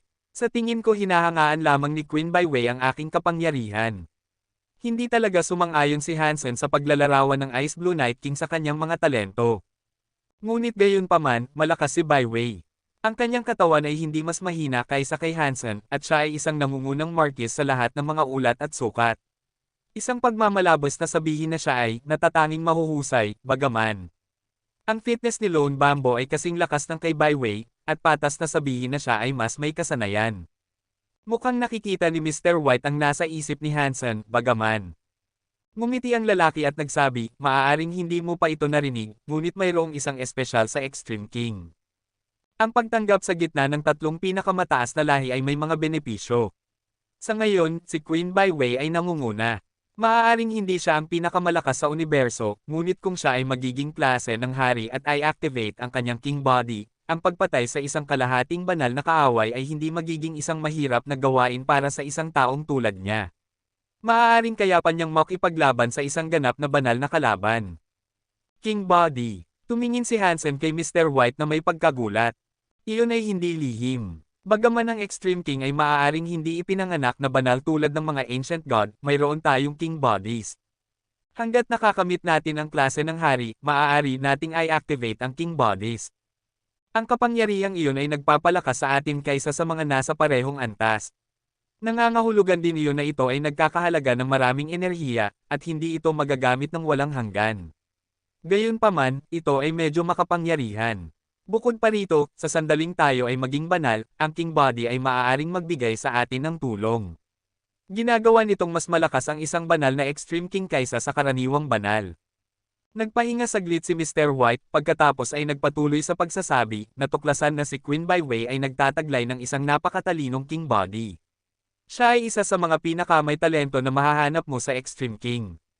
Kung siya ay magiging klase ng hari, maaari siyang maging banal. Ganoon ba kalaki? Nagulat si Hansen. Mukhang handang pag-usapan ni Mr. White ang paksa ng malalim. Tumingin ang Ice Blue Knight King kay Hansen at nagsabi, si Mr. White ay lubos nang nakausap sa iyo, kaya dapat mong maunawaan ang ating sitwasyon. Naiintindihan ko. Lalayo ako sa kanya. Tumanggo si Hansen. Gamit ang talento tulad ng kay Byway, siya ay magiging napakahalaga sa hinaharap ng Extreme King, at ang kanyang kasal ay magiging isang napakakomplikadong pampulitikang bagay. Ang dalawang lalaki sa harap ni Hansen ay nagbibigay sa kanya ng babala. Ayaw nilang habulin niya si Byway. Hindi mo na kailangang mag-isip ng masyadong malalim. Maaaring nag-o-overboard na tayo. Maging sarili ka lang at huwag siyang suwayan.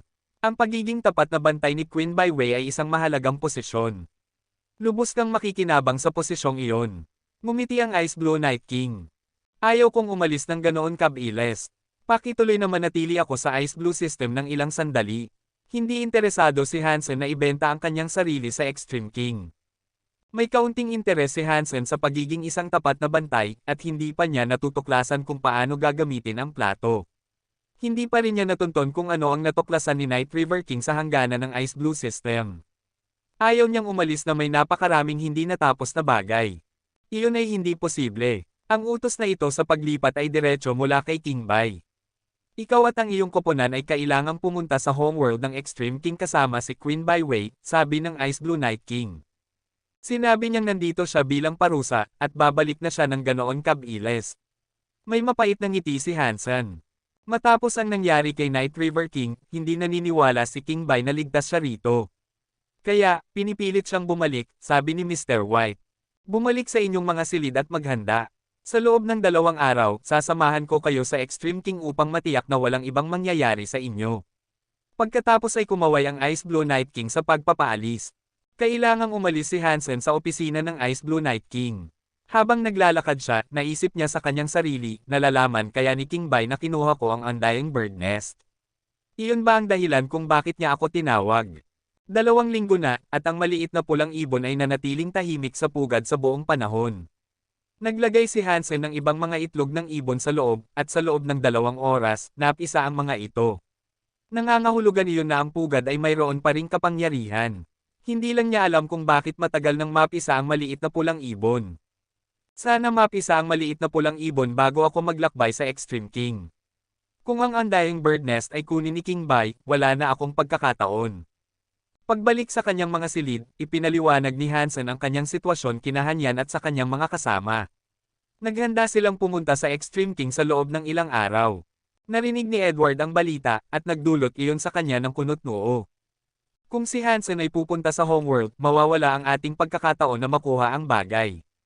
Habang nagsasalita ang Ice Blue Knight, ang kanyang ekspresyon ay naging malalim ang pag-iisip. Hindi natin siya hahayaang pumunta sa Extreme King. Kailangan niyang manatili rito, sabi ni Edward. Paano natin siya mapapanatili rito? Matapos ang insidente kay Night River King, ang Ice Blue Night King mismo ang sasamahan kay Hansen sa Extreme King. Wala tayong pagkakataon. Gusto mong harapin ang mga taong tapat sa Ice Blue Night King. Hindi tayo sapat na malakas. Marahil hindi. Biglang may naisip si Edward. Ang tanging paraan ay makipagtulungan sa Ice Blue Night King. Ano? Tumalo ng Ice Blue Knight mula sa kanyang upuan, tinitigin si Edward na may malalaking mata. Sasabihin mo sa Ice Blue Night King na kinuha ni Hansen ang relic. Oo, tumango si Edward. Hindi pwede. Sigaw ng Ice Blue Knight. Ito lang ang paraan. Ganoon natin mapapanatili si Hansen at ang bagay, malamig na sabi ni Edward. Ngunit, bago pa matapos ang Ice Blue Knight, sumingit si Edward. Walang ngunit, ito lang ang paraan. Sumimangot si Edward sa pag-iisip. Huwag kalimutan na hindi alam ng Ice Blue Night King ang tungkol sa relic. Nagulat ang Ice Blue Knight. Umupo siya at pinilit na pakalmayan ang kanyang sarili, pagkatapos ay nagsabi, ang ibig mong sabihin ay sasabihin natin sa Ice Blue Night King na si Hansen ay may relic, ngunit hindi natin sasabihin sa kanya kung ano iyon. Kabanata 2239. Natutulog si Hansen sa kanyang kama kasama si Little Silver na nakahiga sa tabi niya. Biglang bumangon si Little Silver, at ang pilak na kidlat ay sumiklab sa kanyang katawan. Lumaki ito sa dami na nagpapaliwanag sa silid sa magulong mga pagkislap. Ang kanyang pilak na mga mata ay nakatitig sa pinto. Nagising si Hansen, at sa kabilang bahagi ng silid, si Little Star ay nag-aalis din ng antok. Sina Hanyan at ang ibang mga babae ay natutulog sa susunod na silid sa dulo ng pasilyo. Nang ice-scan ni Hansen ang pasilyo gamit ang Dangshan Aura, tumigas ang kanyang mukha. Bago pa siya makasagot, may kumatok sa pinto. Hansen, gusto ka ng Night King na makita, sabi ng Knight na naghahatid ng mensahe, ang kanyang boses ay nagmumula sa labas lamang ng pinto. Karaniwan, hindi alintana ni Hansen ang panghihimasok, at magalang siyang magbubukas ng pinto. Ngunit iba ang pagkakataong ito. Si Little Silver ay napakatalino, at palagi niyang matutukoy kung sino ang kaibigan at kung sino ang kaaway. Kung nagpapakita siya ng pagkapuot sa isang Ice Blue Knight sa base, kung gayon ay dapat siyang may dahilan. Nagtitipon siya ng kapangyarihan na parang naghahanda siya para sa isang labanan. Ginamit ni Hansen ang kanyang Dangshan Aura upang ice-scan sa labas ng silid, at isang bukol ang nabuo sa kanyang lalamunan. Pakiramdam niya ay parang isang bundok na bato ang bumagsak sa kanyang puso. Ang Ice Blue Night King ay nasa labas, naisip ni Hansen. Bagaman hindi niya nakikita o nadarama ang presensya ng Ice Blue Night King, ang kanyang mga pandama ay nagsasabi sa kanya na ang lalaki ay nagbabanta doon na parang isang bundok. Bagaman hindi alam ni Hansen kung bakit personal na dumating ang Ice Blue Night King, alam niyang wala itong mabuti. Bukod pa rito, ang Knight na kumatok sa pinto ay nagsabi na gusto ng Night King na makita si Hansen. Wala siyang nabanggit na naroon na siya. Ngayon, ang Ice Blue Night King ay nakatayo sa labas ng silid at tinatago ang kanyang presensya. Bilang karagdagan sa pagiging abnormal, ito ay simpleng bastos. Sige, maghintay ka lang sandali. Papunta na ako, sagot ni Hansen, nagpapanggap na nagbibihis. Ginamit ni Hansen ang kanyang Dangshan Aura upang silipin muli sa labas ng silid. Doon, nakakita siya ng ibang Ice Blue Knights na kumatok sa pinto ng silid ng mga babae. Ang mga nerbiyos ni Hansen ay nagsisimulang magparamdam sa kanya ng sakit. Mabilis na nag-isip, kinuha ni Hansen si Little Silver at inilagay siya sa likod ni Little Star. Alam ni Little Star kung ano ang gusto ni Hansen, kaya agad niyang inactivate ang kanyang Starsea Travel at dinala sila sa dingding patungo sa susunod na silid. Bahagyang napatalon sina Hanyan at ang iba pa nang dumating si Little Star sa dingding kasama sina Hansen at Little Silver. Nagulat ang mga ito, ngunit mabilis nilang napagtanto kung ano ang nangyayari. Wala nang oras si Hansen para magpaliwanag, kaya tinawag niya ang Destiny's Tower at tahimik na nagsabi, "Pumasok kayo." Tumalon sina Zero at Hanmenger sa loob ng walang salita. Nagsimulang magtanong si Ji-Ching, ngunit bago pa siya makapagsalita, hinayla siya ni Hanyan papasok. Si Wang Fujing ay napakabilis, at tumalon siya sa loob ng walang pag-aalinlangan. Inihagis din ni Hansen sina Little Silver at Little Star sa loob. Si Bauer na lamang ang natitira sa balikat ni Hansen. Si Little Angel ay tahimik na nakatayo, nakatingin sa pinto. "Pumasok ka," bulong ni Hansen. Hindi niya sigurado kung ano ang mali kay Little Angel. Hindi pa siya sumuwi sa isang utos noon. Hindi pumasok si Little Angel sa Destiny's Tower. Sa halip, lumapit lamang siya kay Hansen at iniunat ang kanyang mga pakpak. Ang anghel na halo ay lumiwanag sa kanyang ulo.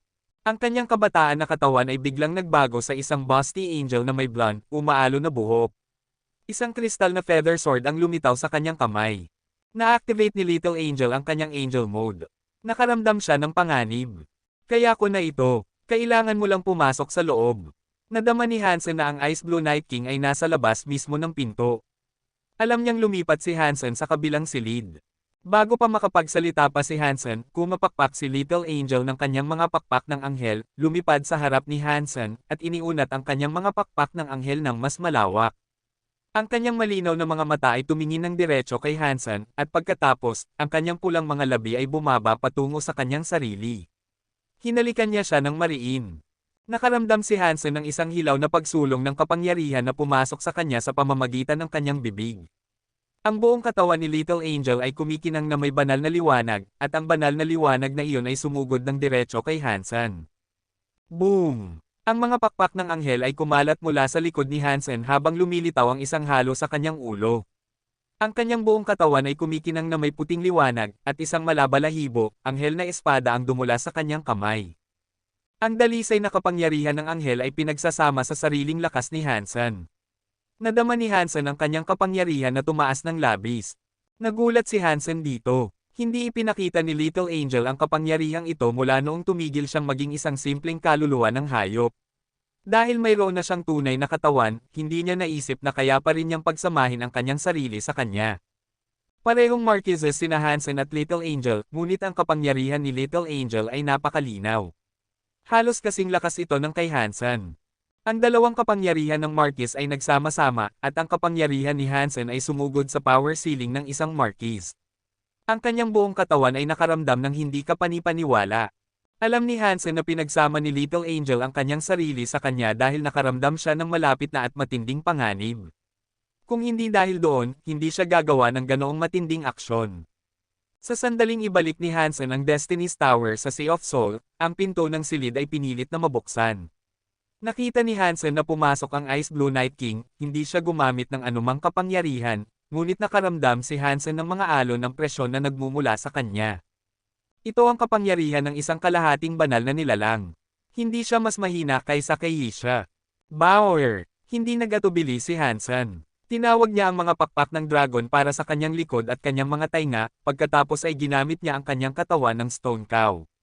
Ang kanyang balat ay mukhang pula, at parehong draconic at anghel na mga pakpak ang kumalat sa kanyang likuran. Pang! Ang kamay ni Bauer ay tumama sa ibabaw ng Blood Scorpion Jade Drum. Isang shockwave ang gamulong mula sa drum, at kumapakpak si Hansen ng kanyang 3 pares ng pakpak. Nag-teleport siya sa likurang dingding. Sumimangot ang Ice Blue Night King. Gumamit siya ng isang asul na halo upang protektahan ang kanyang sarili. Ang shockwave ay parang buntot ng alakdan, tumatama at tumutusok sa ulo ng Night King. Ngunit ang asul na halo ay umiikot sa paligid niya, at ang tibo ay hindi makalanding maayos at tumusok sa kanya. Hansen, tatanungin kita ng malinaw, aalis ka na ba sa hukbong ito? Tinitigan ng Ice Blue Night King si Hansen, ang kanyang mga mata ay agad na sumunod sa teleportation ni Hansen. Habang nagsasalita siya, isang nakakabahalang kapangyarihan ang lumabas sa kanya. Nag-teleport si Hansen sa isang pasilyo, at ang kapangyarihan ng Night King ay tumama sa kanya kaagad. Pakiramdam niya ay parang isang bundok ang tumama sa kanya, at halos siya ay mapabagsak sa lupa. Kung handa kang hayaan akong magpaliwanag, hindi ka sana pumunta rito ng ganoon, sabi ni Hansen na walang imak. Pagkatapos, sumabog siya ng kapangyarihan upang labanan ang kapangyarihan ng Ice Blue Night King. Nag-teleport siya palayo at nabasag ang bubong ng base habang ginagawa niya iyon. Ngayon, nasa ere na siya. Hindi alam ni Hansen kung makatatakas siya, ngunit ang pagbalik sa sanctuary ay hindi isang opsyon sa pagkakataong ito. Sinahan yan at ang iba pa ay nasa Destiny's Tower. Gamit ang kanilang antas ng lakas, masasaktan sila ng mga paghihigpit ng sanctuary. Kahit ang Destiny's Tower ay hindi sila maprotektahan doon. Kung dadalhin niya sila pabalik sa sanctuary, sila ay magse-self-destruct o itatapon sa sanctuary. Ang parehong opsyon ay haantong sa kamatayan. Kinagat ni Hansen ang kanyang mga ngipin. Bago siya mag-teleport ulit, ang Ice Blue Night King ay tumaas din sa ere. Tiningnan ng hari si Hansen mula sa itaas. Ang presyong inilabas niya ay mahirap ipaliwanag, ngunit nagparamdam ito kay Hansen na parang ang lalaki ay isang Diyos. Wala itong pakialam kung saan pipili si Hansen na tumakas, hindi siya makatatakas sa nakakatakot na nilalang na ito. Kabanata 2240. Hansen, maaari ka pa ring magbalik mula rito, seryosong sabi ng Ice Blue Night King. Ngunit hindi sumagot si Hansen. Sa halip, patuloy siyang nag-iisip. Ang Ice Blue Night King ay walang personal na sama ng loob kay Hansen. Sa katunayan, isinasaalang-alang ang kanilang magkasanib na koneksyon kay Yisha, ang Ice Blue Night King ay hindi dapat maging pag-alit sa kanya. At bilang karagdagan doon, si Baiwei ay dapat na dadalhin si Hansen sa Extreme King sa lalong madaling panahon. Walang dahilan para atakihin siya ng Ice Blue Night King ngayon. Ito ay laban sa kalooban ng pinuno ng Extreme King, at dahil dito, maaari itong ituring na isang napakagrabe na krimen. Habang iniisip niya ito, maisa sa isip lamang niya ito sa stone tablet na nasa kanyang pag-aari. Ginamit pa nga ni Edward ang Ancient God Statuette upang subukang makuha ang stone tablet. Kung alam ng Ice Blue Night King ang tungkol sa stone tablet, inaatake na niya ako. Bakit siya naghintay hanggang sa mismong sandaling ito? Dapat ay nalaman niya lang ito, at si Edward lamang ang nakakaalam na kinuha ko ang stone tablet. Ngunit kung ganoon nga ang kaso, ano ang mag-uudyok kay Edward na biglang sabihin sa Ice Blue Night King na mayroon akong stone tablet? Naisip ni Hansen, nagmamadali upang malaman ito. Tama, ito ay dapat dahil gusto na ngayon ni Baiwei na dalhin ako palayo. Dapat alam ni Edward na wala siyang magagawa upang pigilan ako. Ang pagsasabi sa Ice Blue Night King ay dapat na ang kanyang huling paraan. Mukhang ang stone tablet na ito ay mas mahalaga kaysa sa aking inaakala. Kahit ang Ice Blue Night King ay handang sumuwi sa utos ng hari sa pamamagitan ng pagsubok na panatilihin ako rito. Kung ganoon sila kadesperado na panatilihin ako, marahil ang stone tablet ay gumagana lamang dito. Kung hindi, maaari silang mag-isip ng paraan upang makuha ito pabalik sa sandaling ako ay kasama na ng Extreme King. Dapat silang lubos na motivated upang sumuwi sa mga utos ng kanilang sariling pinuno na may ganoong mapanganib na plano. Itinaas ni Hansen ang kanyang ulo upang tingnan ang Ice Blue Night King na nasa mataas na kalangitan. Maaari na niyang pinatay si Hansen kung gusto niya. Gamit ang kapangyarihan at reputasyon ng lalaki, marahil ay pinatay na niya si Hansen at nakaligtas. Marahil ay pinigilan niya ang kanyang kamay dahil sa kanyang alaala kay Yisha. Marahil ay hindi niya talaga gustong saktan si Hansen, at ang gusto niya lang ay ang tablet na iyon. Ngunit ayaw ni Hansen na isuko ang tablet, kaya mayroong salungatan ng interes. Kung ibibigay ni Hansen ang tablet, ang Ice Blue Night King ay titigil sa paghabol kay Hansen. Ano man ang maaaring mangyari, mukhang hindi siya titigil maliban kung makuha niya ang tablet at makukuha niya ito kahit ano paman. Mon. Paano nalaman ni Edward na kinuha ko ang stone tablet?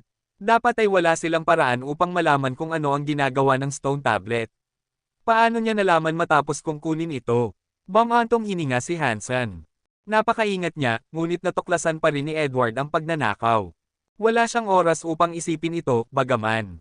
Kung si Hansen ay hindi handang pakawalan ang stone tablet, kung gayon ay kailangan niyang maghanap ng paraan upang makatakas. Nasa punong tanggapan sila ng Ice Blue Knights, kaya si Hansen ay napapalibutan ng mga piling sa lahat ng panig. Ayaw ng Ice Blue Night King na magdulot ng isang malaking eksena, at ayaw niyang itulak si Hansen sa gilid. Kaya, siya ay dumating para sa kanya ng mag-isa.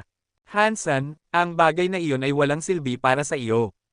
Iwanan mo ito, at maaari ka pa ring makatanggap ng gantimpala. Hindi pa talaga umaatake ang Ice Blue Night King, ginagamit lamang niya ang kanyang lakas upang supilan si Hansen.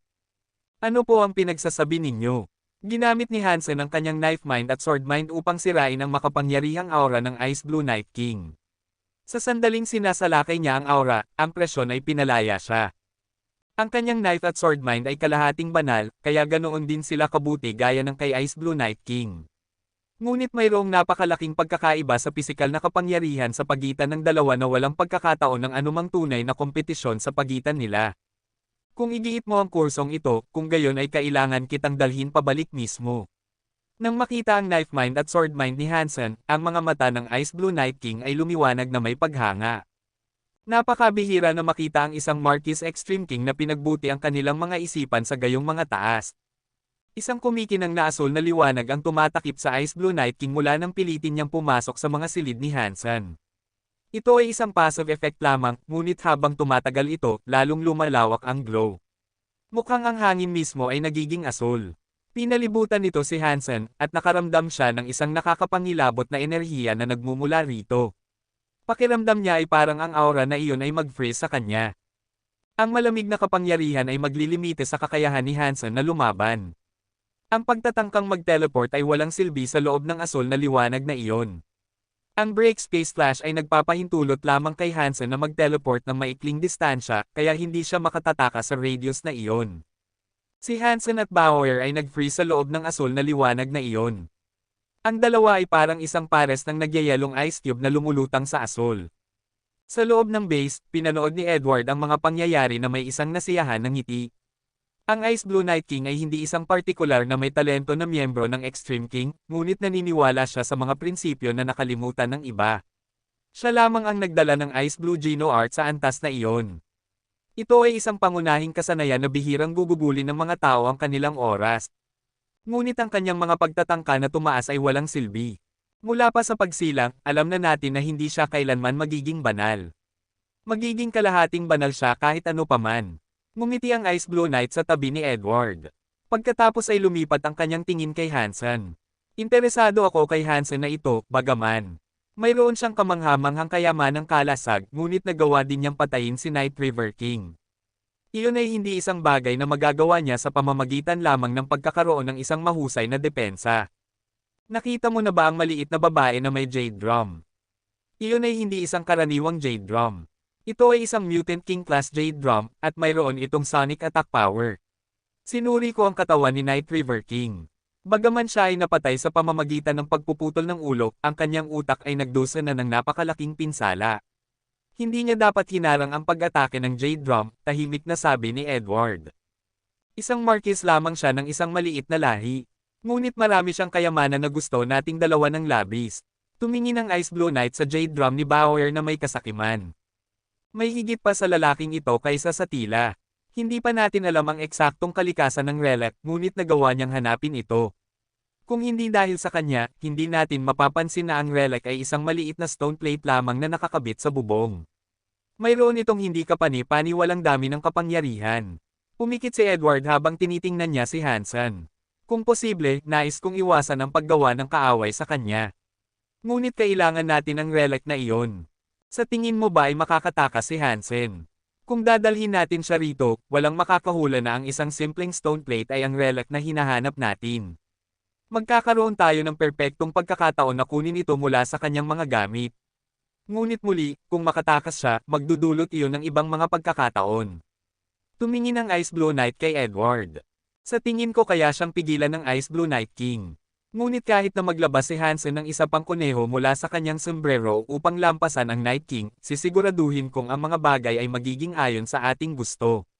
Mukhang kumpiyansa si Edward. Matutulungan tayo ng Ice Blue Night King sa pamamagitan ng pagpapaliwanag ng mga bagay kay King Bai. Kailangan lang nating maghintay, at malapit na nating makuha ang bagay. Sa ibang bahagi ng base, sina Mr. White at Crime ay nanonood din ng mga nangyayari. Sumimangot si Mr. White ngunit nanatiling walang salita. Tanong ni Crime na may pagkamausisa, Mr. White, ano ang nangyayari? Bakit inaatake ng Ice Blue Night King si Hansen? May isang bagay lamang sa planetang ito na maaaring magparamdam sa Ice Blue Night King na sumuwi sa mga utos at atakihin si Hansen. Tumingin si Mr. White kay Hansen na may kakaibang ekspresyon. Hindi pwede, bakit niya magkakaroon noon? Ang mga mata ni Crime ay nanlaki sa kawalan ng paniniwala.